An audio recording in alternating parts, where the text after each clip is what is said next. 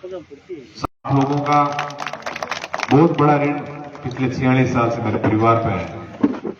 मैं आज इतना ही निवेदन आपसे करने आया हूं कि 25 तारीख को विधानसभा के चुनाव जो होने जा रहे हैं उसमें राष्ट्रीय लोकतांत्रिक पार्टी के प्रत्याशी भाई हनुमान जी बेनीवाल को आप दोनों हाथों से आशीर्वाद आप सबको देना। जो किसानी का काम करने वाले प्रत्येक व्यक्ति की आवाज को हमेशा सड़क से लेकर सदन तक उन्होंने बुलंद किया।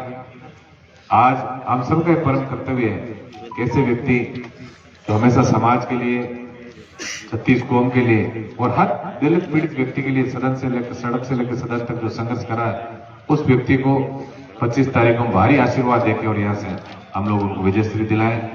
मैं मातृशक्ति का भी धन्यवाद देना चाहूंगा कि इतना कार्यक्रम में इतनी देरी हुई, उसके बावजूद आप बड़ी संख्या में आशीर्वाद देने जो यहाँ पहुंचे हो। निश्चित रूप से कई बार जब हम सोचते हैं कि कोई न कोई प्रभु की बड़ी कृपा हमारे परिवार के ऊपर है कि आप लोगों ने कभी हमें नेता नहीं समझा और हमने कभी आपको जनता नहीं समझा। हमने और आपने मिलकर एक परिवार का हिस्सा एक दूसरे को माना, एक परिवार का अभिन्न अंग हमने आपको और आपने हमें माना। ये बड़ा हमारा सौभाग्य है।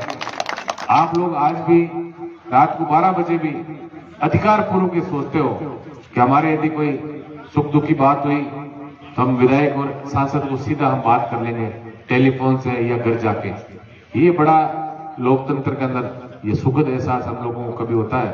और हनुमान बेनीवाल जी जैसे व्यक्ति हैं जिन्होंने अपनी जवानी के 30 साल 1993 से लेके और 2023 तक 30 साल का जो लंबा संघर्ष उनका है, पहले छात्रों के लिए उन्होंने संघर्ष किया और 2003 से लगातार आपके बीच रह के और सड़क से लेकर सदन तक हमेशा उन्होंने संघर्ष आप लोगों के लिए किया।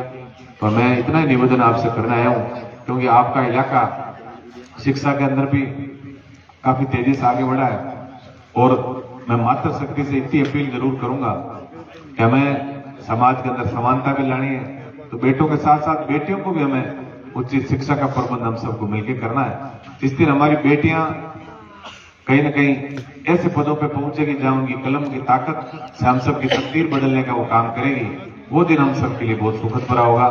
हमने बड़ी कल्पनाएं की है कि समाज को हम सही दिशा के अंदर आगे ले जाएं, समाज हमारा उन्नति करे और हम सब मिलकर और खियोंसर के अंदर नए विकास का आयाम हम लोग स्थापित करें। पिछले 6 साल के अंदर 5 नए महाविद्यालय खियोंसर को सौगात हनुमान जी के तक प्रयासों से मिली है। इस बार मेरी परम इच्छा है कि हनुमान जी के चुनाव के बाद असुड़ा और ये जो इलाका है आपका आसपास का, यहाँ भी कोई एक महाविद्यालय खोलने के लिए पूरा प्रयास आज आपको भरोसा दिलाना जाना चाहता है। बाकी सारा विकास, चाहे सड़क की बात करें, चाहे शिक्षा की बात करें, धीरे धीरे तेजी से सही दिशा की ओर आगे बढ़ रहा है। एक पानी की व्यवस्था की बात यदि हम करें तो पानी का अभी मीठे पानी की दिक्कत पूरे नागौर जिले के अंदर है। नहर का पानी जितना मिलना चाहिए उतना नहीं मिल रहा है। गांव के अंदर बड़ी समस्या, विशेषकर ये जो इलाका है जो जिले के अंतिम सीमा के ऊपर आ गया, जो टेल पॉइंट जिसको कहते हैं, तो यहाँ पानी की विकट समस्या है। अभी डुबकियों की डाणी में भी जब मेरा कार्यक्रम था, हालांकि घर घर नल का कनेक्शन वहां लग गया, लेकिन जब तक बड़ी टंकियां डाणी और गांव के अंदर प्रत्येक डाणी गांव के अंदर नहीं बनेगी तब तक हमें ऐसी छोटी मोटी समस्याओं से हमें जूझना पड़ेगा। मैं पूरा भरोसा आपको दिला के जाना चाहूंगा कि इन चुनाव के बाद जब आचार संहिता हटेगी तब हम पानी का भी पूरा व्यवस्थित तरीके से हम लोग ऐसा कार्यक्रम चला के और ऐसा प्रयास करेंगे कि प्रत्येक घर तक नल से मीठा पानी आप लोगों को मिले। मैं आप सब लोगों को उज्जवल भविष्य की शुभकामना प्रेषित करके और इतना ही मैं निवेदन आप सबसे करूंगा, इस बार का चुनाव का जो वोट है बड़ा विश्लेषण करके आपको देना है। और वैसे भी लोकतंत्र के अंदर जब देश की आजादी के बाद हमारा वोट के अधिकार की बात जब देश के अंदर आई और संविधान सभा के अध्यक्ष जब बाबा साहब को जब अलग अलग विचारों के लोगों ने बताया, किसी ने कहा पैसों वालों को वोट का अधिकार मिले, कई ने कहा जो शिक्षित है उनको मिले, लेकिन बाबा साहब ने जब ये कहा कि मेरा देश अंग्रेजों की गुलामी से बड़ी मुश्किल से और लंबे समय बाद आजाद हुआ है, तो मैं ये चाहता हूं कि प्रत्येक वर्ग के प्रत्येक वयस्क व्यक्ति को मत का अधिकार मिले। हमें अधिकार तो मिल गया, लेकिन अधिकार के साथ साथ मत का दान करने से पहले हमारे बहुत बड़े कर्तव्य भी हैं। हम उन कर्तव्यों का भी हमें बोध होना चाहिए।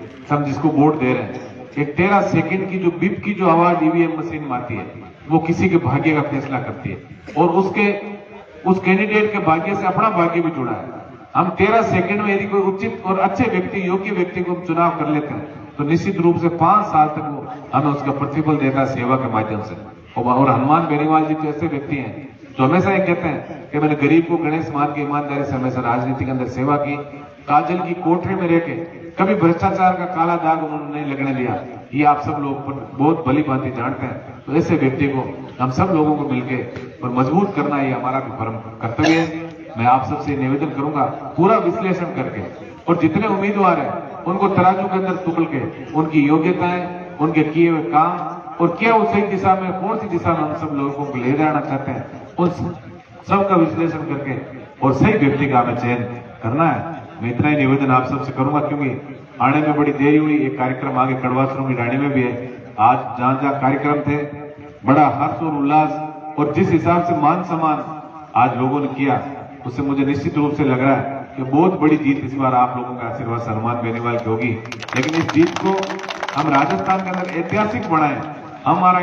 हम ये सब मिलके कोई सांगों की डाणी से 100% मतदान यदि हनुमान बेनीवाल के पक्ष में करेंगे तो निश्चित रूप से किसान का बेटा जो लंबे समय से किसान कौम का स्वाभिमान राजस्थान के अंदर कैसे झंडा उनका बुलंद हो, इस व्यवस्था को लेकर जो लड़ना चाहता है उस व्यक्ति को बहुत मजबूती मिलेगी। इसलिए मैं हाथ जोड़ के आप सबसे निवेदन करता हूं कि 25 नवंबर को चुनाव चिन्ह, बोतल के चुनाव चिन्ह पे आपको ज्यादा से ज्यादा वोट देके अपने भाई, अपने बेटे हनुमान बेनीवाल को पूरा आशीर्वाद देना है। धन्यवाद। राम राम, जय।